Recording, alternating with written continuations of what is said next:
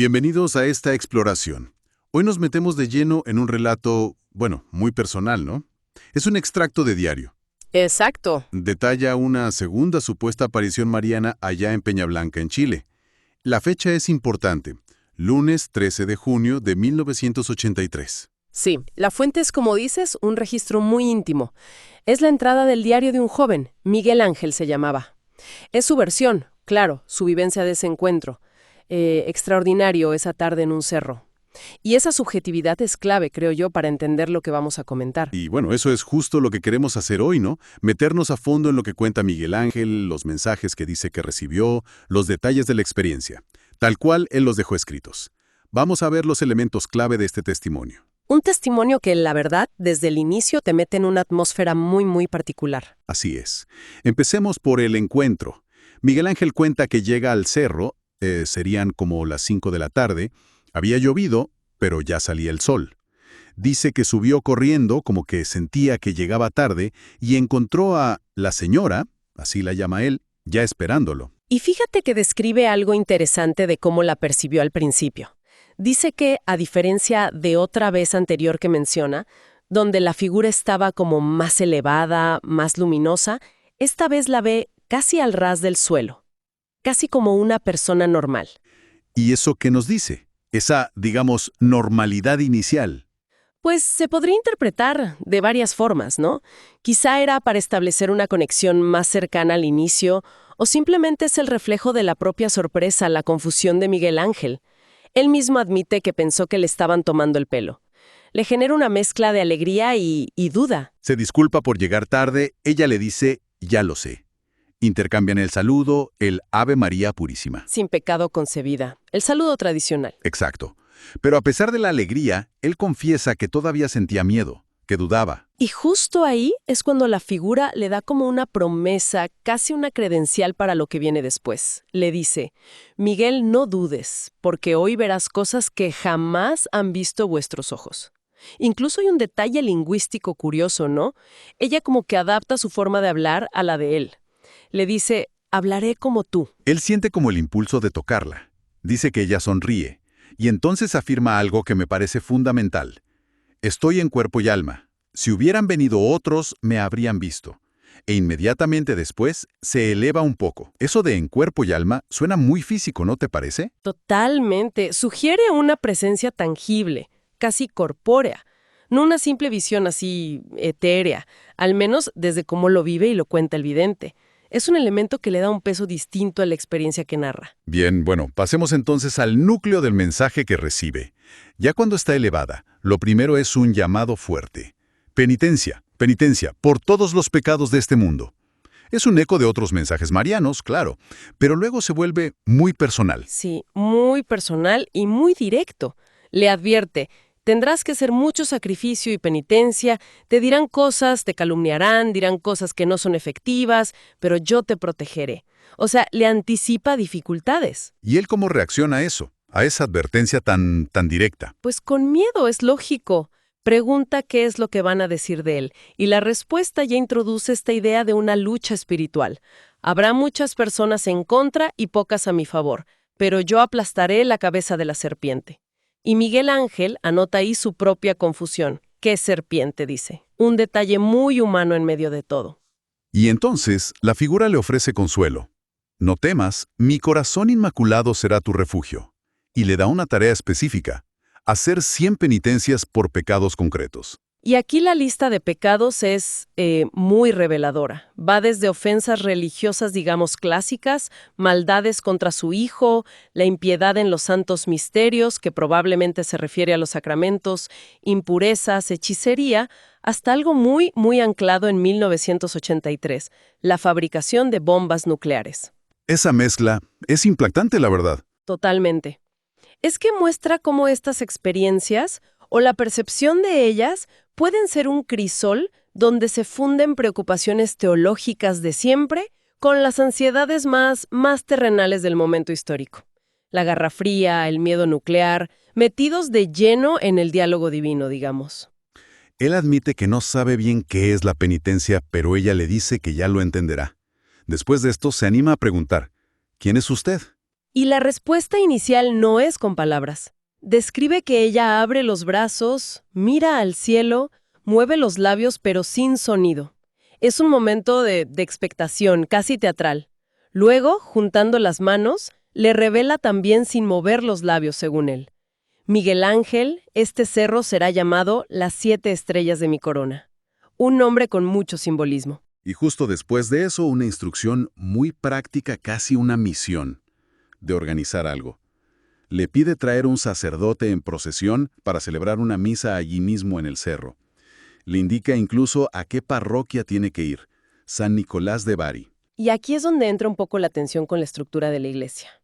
Porque la figura le predice, y con bastante detalle, cómo va a reaccionar el sacerdote. Que va a ser escéptico, que va a pedir señales, que los va a acusar de pecadores y que probablemente te echará del lugar. Es como si lo estuviera preparando para el conflicto, ¿no? Para el rechazo. Exacto. Es un patrón que se ve bastante en relatos de videntes. Se les da una misión que implique interactuar con la jerarquía, pero se les advierte de la dificultad, del rechazo. Pone al vidente en una posición de intermediario, a menudo incómoda. Le promete una señal más adelante, cuando juntemos el rebaño de mi hijo en la paz. Y el diario añade como confirmando, todo resultó como me dijo la señora. Sigue advirtiéndole sobre el sufrimiento que va a pasar, y le da una herramienta clave. Reza mucho el rosario en mi nombre. También le habla de Satanás, lo llama rey de la mentira y la soberbia. Y explica brevemente sobre el libre albedrío, el amor de Dios que busca salvar, no condenar.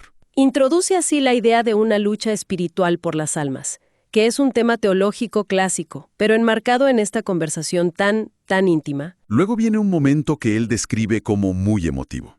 La figura, dice que llorando, le pide ayuda directamente. Miguel Ángel, ayúdame a salvar almas. ¿Quieres? Y cuando él pregunta cómo, ella le dice que le enseñará a rezar el rosario y a hacer sacrificios. Y a partir de aquí entramos en una fase de profecías y de enseñanza devocional muy, muy intensa. Sí, lanza una crítica social sobre cómo viste la gente. La mujer ya no parece mujer y el hombre ya no parece hombre. Advierte sobre la necesidad de arrepentirse para entrar al reino de los cielos.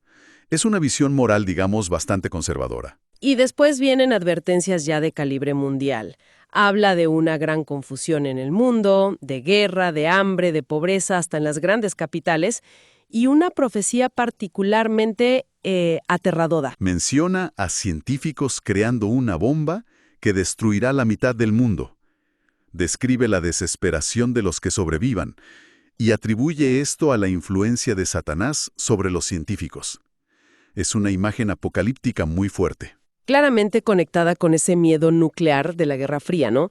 Estas visiones catastróficas a menudo reflejan y canalizan las ansiedades colectivas más profundas de una época. Y llama a rezar el rosario para aplacar la cólera divina. También profetiza sufrimiento para el Papa, un intento de asesinato, aunque promete protegerlo. Insiste mucho en rezar el rosario en familia, en grupo. Y entonces pasa a la acción, a enseñarle el rosario. Él ni siquiera sabe qué es. Y la figura le señala el collar, como él dice, que lleva puesto. Y aquí el diario intercala algo, que una ancianita se lo había regalado justo el día anterior. Y la figura le revela que esa ancianita era ella misma. ¿Qué giro? Conecta los puntos y refuerza esa identidad sobrenatural. Y entonces, empieza la catequesis detallada. Le enseña a persignarse con la cruz del rosario, el acto de contrición, las 3 Ave Marías del principio, la oración de «Oh Jesús mío». Es una instrucción muy, muy práctica. Y luego aborda los misterios. El diario los describe uno por uno, los 15. No usa necesariamente los nombres formales, gozosos, dolorosos, gloriosos, sino que va narrando cada escena. La anunciación con el ángel, la visitación a Isabel, el nacimiento, la presentación en el templo, el niño perdido y hallado. Sigue. Con la oración en el huerto, la flagelación, la coronación de espinas, el camino al Calvario, y aquí menciona que la señora lloró al describir cómo Jesús se caía. La crucifixión, con detalles de los clavos, y dice que vio un corazón con una espada salir del pecho de ella. Una imagen potentísima del corazón inmaculado, que es central en esta devoción, ¿no? Ligada directamente al sufrimiento de Cristo en la cruz. Y sigue. La resurrección, la ascensión, la venida del Espíritu Santo, su propia asunción y, por último, su coronación en el cielo. Es una enseñanza completísima. Sí, y lo significativo no es solo que liste los misterios, sino cómo se los describe, según el relato, de forma vívida, con detalles emotivos, visuales. Subraya la importancia central del rosario a través de esta instrucción tan personal y detallada. Le enseña también las oraciones finales, el credo, la salve, las invocaciones que se repiten. Y Miguel Ángel añade una reflexión muy reveladora en su diario. Dice, mientras me estaba dando los misterios, yo pensé, yo no los hallo misterios, más bien los veo hermosos. Muestra cómo él está procesando la experiencia, encontrando belleza en lo que le revelan. Es una nota muy íntima que nos recuerda todo el tiempo que estamos leyendo su filtro personal, su procesamiento de un evento tan extraordinario. Y ya llegamos a la despedida. Le da instrucciones finales. Ven el cuarto día de la semana. Trae velas y un grupo de gente creyente con un rosario y trae a Patricio Rojas.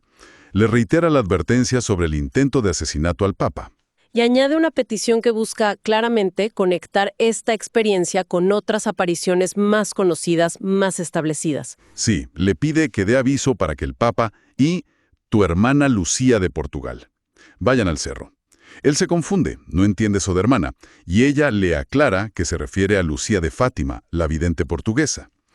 Pedir que vayan el Papa y Lucía de Fátima, eso es situar esta aparición a un nivel muy, muy alto. Absolutamente. Es un movimiento claro para intentar inscribir esta experiencia dentro de una tradición mayor de apariciones marianas reconocidas, buscando validación, buscando trascendencia. La despedida es con gestos.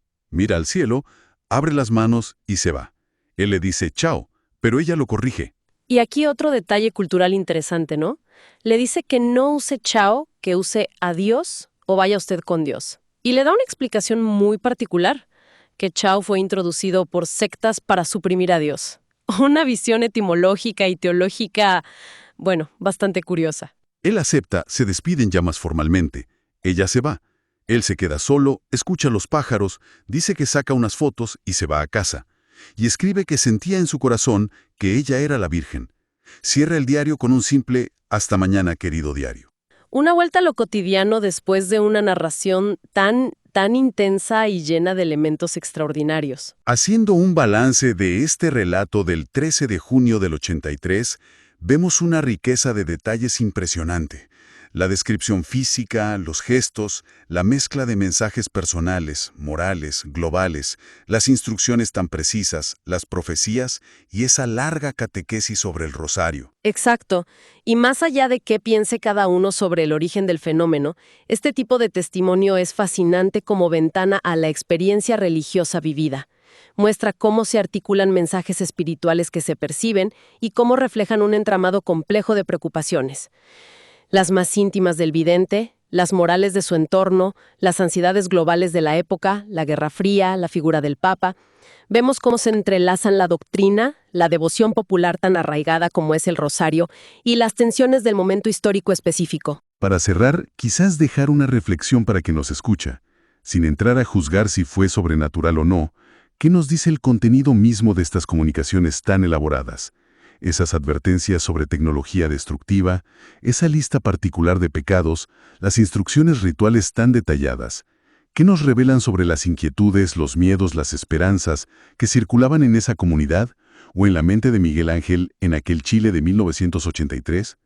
¿Cómo dialogan estos mensajes tan específicos con su contexto cultural e histórico?